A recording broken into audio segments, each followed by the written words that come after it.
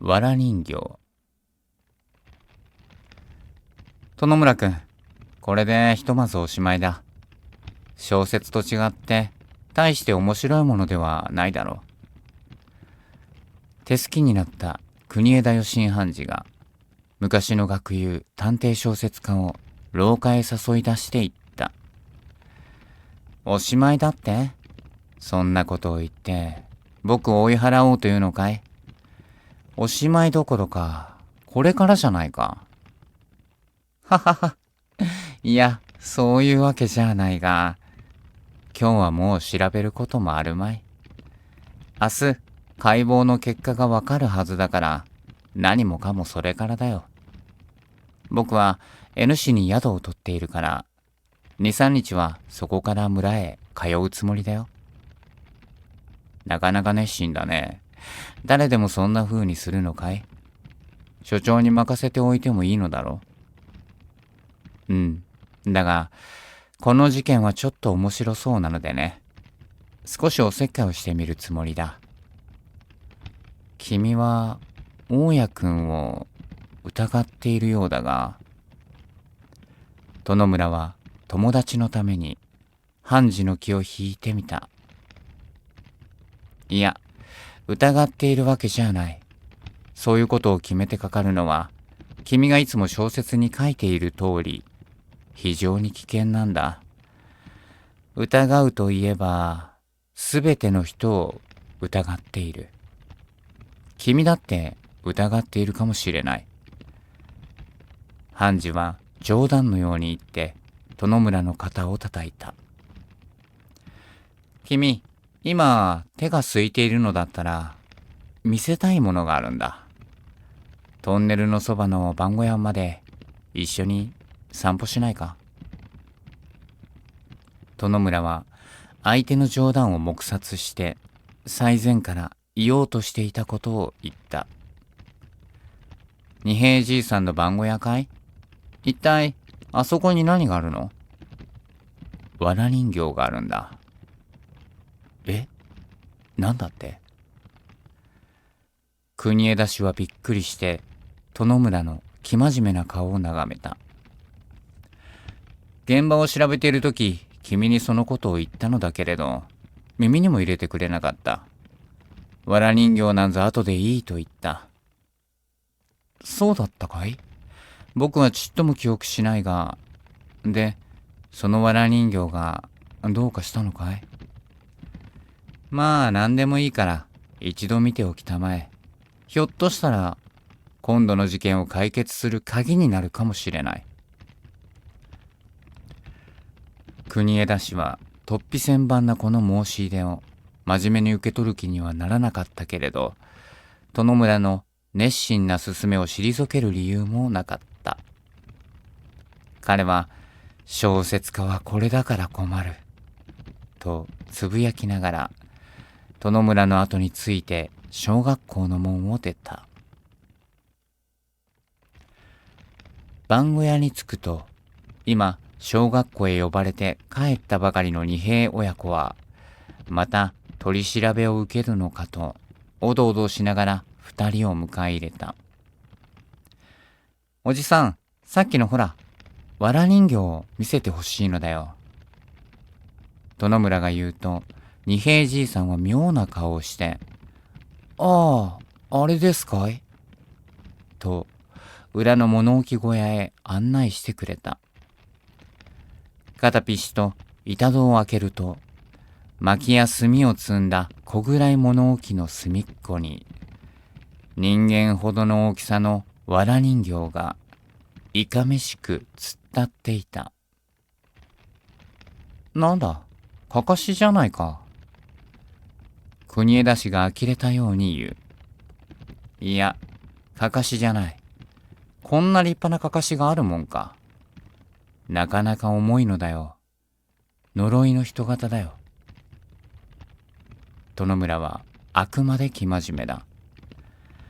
で、このわら人形が今度の殺人事件にどんな関係があるというの？どんな関係だか僕にもわからない。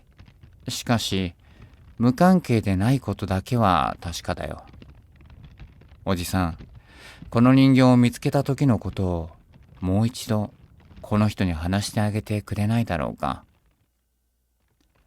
すると二平じいさんは余震判事に小腰をかがめて話し始めた。ちょうど5日前の朝でございました。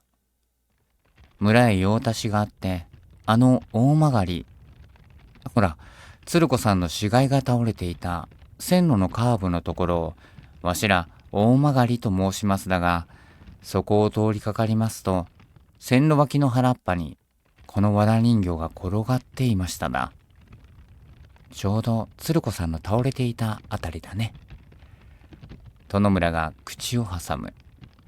へえ、だが、鶴子さんの死骸は線路の土手のすぐ下でしたが、この人形は線路から10軒も離れた原っぱの中に転がっていました。胸を刺されてね。へえ、これでございますよ。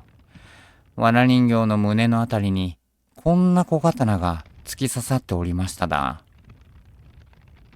じいさんは小屋へ入って藁人形を抱え出してきた。見ると、なるほど。胸のあたりの藁がズタズタに切り刻まれて、そこに小型の白鞘の短刀が心臓をえぐった形で突き立ててあった。呪いの人型だ。しかもそれがちょうど殺人事件の4日前。殺人現場の付近に捨ててあったというのは何か意味がありそうじゃないか？なるほど。国枝氏もこの2つの殺人事件の不思議な一致を無視するわけにはいかぬ。いや、それよりも胸をえぐられた藁人形の死骸が何とも言えぬ妙なぞーっと寒気のするような感じを与えたのだ。それで君はどうしたの？わしは村の子供たちがいたずらをしたのだろうと、別に気にも留めないで、焚き付けにするつもりで、この小屋へ放り込んでおきましただ。担当も抜くのを忘れて、ついそのままになっていたのでございます。で、この藁人形のことは、誰にも話さなかったのだね。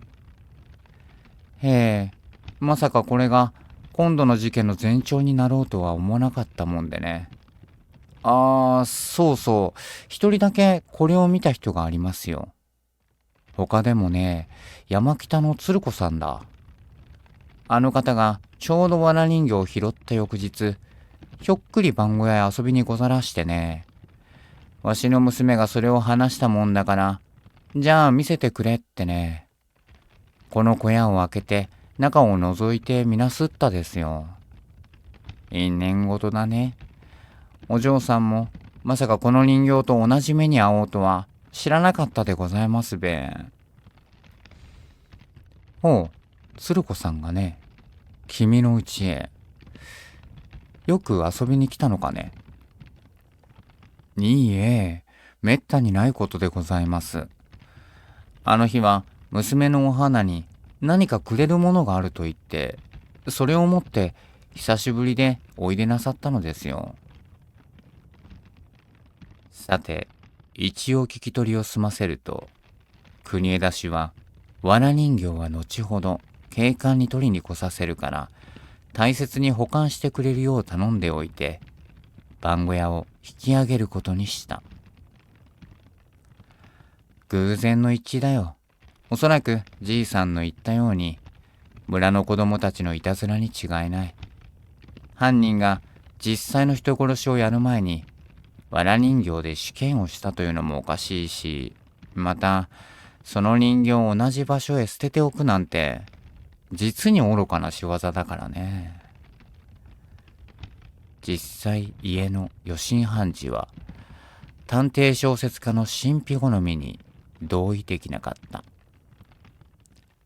そんな風に考えれば、犯罪事件とは無関係のように見えるかもしれない。しかし、もっと別な考え方がないとは言い切れまい。僕は何かしら分かりかけてきたような気がする。ことに、鶴子さんが藁人形を見に来たという点が非常に面白い。見に来たわけじゃないだろう。いや、見に来たのかもしれない。じいさんの口ぶりから考えても、これという用事があったのではないらしいから、鶴子さんがお花を訪ねた本当の目的は、案外藁人形を見るためだったかもしれない。何か突飛な空想をやっているんだね。しかし、実際問題はそんな手品みたいなもんじゃないよ。余震判事は殿村の妄想を一生に付し去ったが、それが果たして妄想に過ぎなかったかどうか、やがてわかる時が来るだろう。